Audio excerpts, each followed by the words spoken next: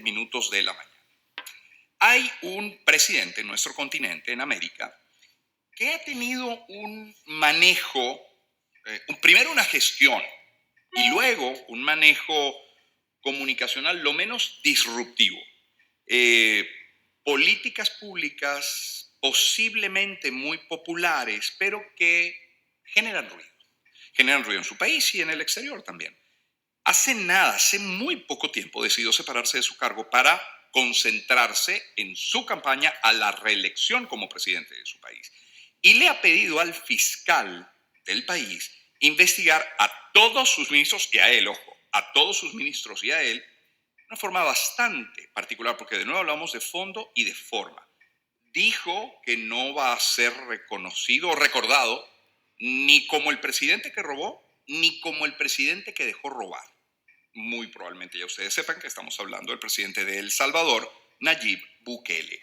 Y de esa gestión, de su manejo comunicacional, queremos hablar con Carmen Beatriz Fernández. Ella es consultora política, CEO de Data Estrategia, PhD en Comunicación Pública, profesora de la Universidad de Navarra. Carmen, muy buen día, ¿cómo está? ¿Cómo le va? Buenos días, Román, encantada de estar con ustedes. Un gusto, gracias por aceptar nuestra invitación. ¿Es frecuente, siente que es frecuente la aparición de este tipo de políticos? Porque varios se hacen incluso luego con la presidencia y podemos hablar de Bukele, podemos estar hablando de Milei, que va a asumir este fin de semana, o del expresidente de Brasil, Bolsonaro, con sus diferencias, pero bueno, encajan dentro del perfil. ¿Cuán frecuente es que aparezcan? Bueno, es un fenómeno cada vez más frecuente, ¿no? Es el fenómeno del populista que hace del populismo una estrategia muy exitosa de comunicación política. Y no solo desde la derecha, ojo, también desde la izquierda. Nosotros en Venezuela somos si se quiere, pioneros pues, en la creación de esta especie de liderazgo populista tremendamente popular y con un manejo muy hábil de la comunicación política, muy hábil y muy efectivo, ¿no? Y lo estamos viendo en el presidente Bukele, que es un presidente excepcionalmente popular. Algunas encuestas lo ponen por encima del 90%, ¿no? Una cosa. Hombre, ¿qué evaluación hacer? Una de las medidas, porque podríamos hablar, por ejemplo, de esta megacárcel que construyó primero para las bandas, para las maras, en fin, para los grandes grupos delictivos, pero que también ahora apunta a una cárcel para los corruptos. Podríamos hablar de tantas iniciativas de Bukele, pero sobre todo de la forma de comunicarlas, porque, a ver, uno lo ve, cuando lo ve, y uno tiene contacto diario, permanente con lo que ocurre en El Salvador, pero cada vez que es noticia, uno ve un hombre que es directo, que es coloquial, que es llano, efectivamente coincido, que es populista, que es demagogo, que se maneja muy bien en los medios, en las redes sociales, vestido así de franela y con gorra volteada, con gorra hacia atrás. ¿Qué evaluación hacer? Uno de las medidas, pero sobre todo de su forma de comunicar.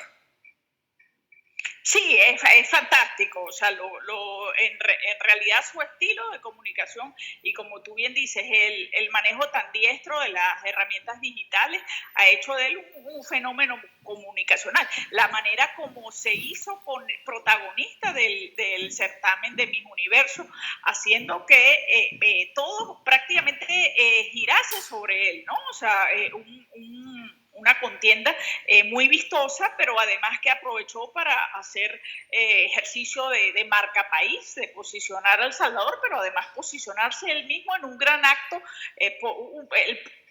quizás el primer gran acto por su reelección, ¿no? En realidad, desde la perspectiva de la comunicación política, lo que hace Bukele es fantástico.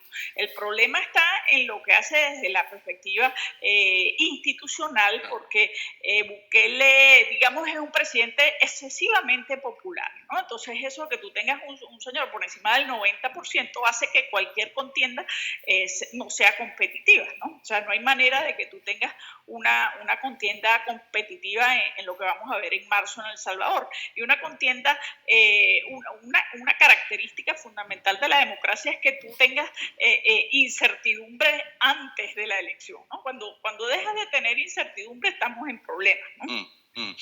Ahora, lo hecho recientemente, y estamos conversando con Carmen Beatriz Fernández, lo hecho recientemente, esto de sentar a todos los ministros con el fiscal de la Nación y decir, bueno, ustedes son todos parte de mi gabinete. algunos los conozco más, algunos los conozco menos, pero verán que hay alguien que no es parte del gabinete porque hay una independencia. Ahí está el señor fiscal. Y al señor fiscal yo le digo, investígueme a mí, pero investíguelos a todos ellos, y se lo digo así, mirándolos a la cara, hombres y mujeres, porque a mí no me van a ver como el presidente que robó o el presidente que dejó robar. Hacer eso, no hay manera de hacerlo sin someter al equipo eso, al escarnio, a la amenaza, o es que aquello que no se comunica es como que no existe. Sí, el problema es, yo creo que el problema es que en el fondo no existe una nítida separación de poderes, y creo que ahí es donde Bukele camina al filo de la navaja, ¿no? Porque Bukele es presidente o aspira a ser reelecto presidente porque cambió la norma un tribunal supremo que estaba a su favor, porque él había incidido en la elección de los jueces de ese supremo. Entonces, ahí es donde empezamos a tocar cosas muy peligrosas, porque cuando tú... la esencia de una democracia es que tú tengas efectivamente separación de poderes. Allí, en eso que acabas de leer, esa intervención de Bukele, él alardea de separación de poderes, pero no es tan cierto. Y el problema de fondo, creo que con la administración de Bukele es precisamente que ha tenido episodios donde se atenta contra la separación de poderes, ¿no? Tanto desde el legislativo como desde ese Tribunal Supremo, ¿no? Claro.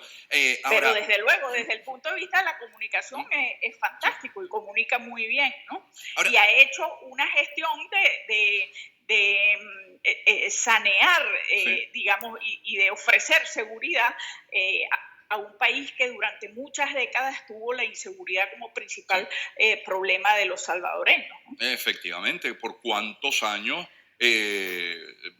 San Pedro Sula, por ejemplo, fue la ciudad número 1 en el mundo en términos de inseguridad? Y efectivamente él tiene una gestión que mostrar, eso es verdad. Ahora, con Nayib Bukele, estamos frente a un político de influencia más allá de su país, de influencia internacional. ¿Puede convertirse en un modelo, en una referencia? Lo está haciendo, sin duda, lo está haciendo, porque fíjate, un país tan pequeño como El Salvador, que normalmente no se hablaba de El Salvador, está siendo un referente para la clase política, porque justamente está resolviendo un problema que es desde el Río Grande hasta la Patagonia, es la preocupación número 1 del latinoamericano, y es el problema de la inseguridad personal. Entonces, el presidente Bukele pues agarró el problema por los cachos, ¿no? Digamos, y le puso coto.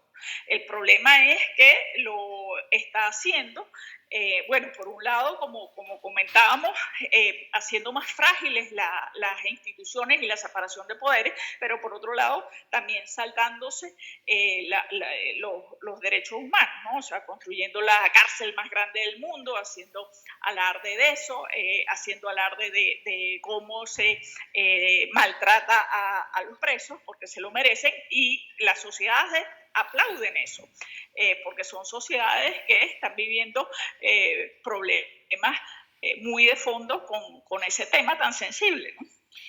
Esa frase, las sociedades aplauden eso. Cuán importante, ¿no? Debería ser educar a los pueblos, a las sociedades en política, en los derechos que tenemos, en los deberes que tenemos, en todo el planeta, quiero decir, porque entiendo que ahorraría tragos muy amargos, llámese de derecha, de izquierda o de centro, ¿cierto? Sin duda, sin duda, sin duda. Y luego conviene recordar que los dictadores, muchas veces los dictadores empezaron por ser personalidades muy populares, ¿no? Entonces, claro, las sociedades son muy tolerantes cuando se arremete contra la separación de poderes, y quien lo hace es un líder tremendamente popular, ¿no? Después el peligro viene en las horas menguadas, ¿no? En las horas más bajas, cuando ya deja de ser tan popular, que eventualmente dejará de ser tan popular, y entonces no tienes una democracia o una institucionalidad democrática fuerte que pueda fomentar la competencia política, que es absolutamente saludable, ¿no? Claro. Pues Beatriz, gracias, Carmen Beatriz, gracias por acompañarnos esta mañana. Muchas gracias a ustedes. Un gusto siempre escucharte. Carmen Beatriz Fernández es consultora política, CEO de Data Estrategia, PhD en Comunicación Pública y profesora de la Universidad de Navarra. Son las 7:28 minutos de la mañana. Permítame compartir algunos mensajes publicitarios a esta hora. Hablarles de Ozole, que nos trae Ozole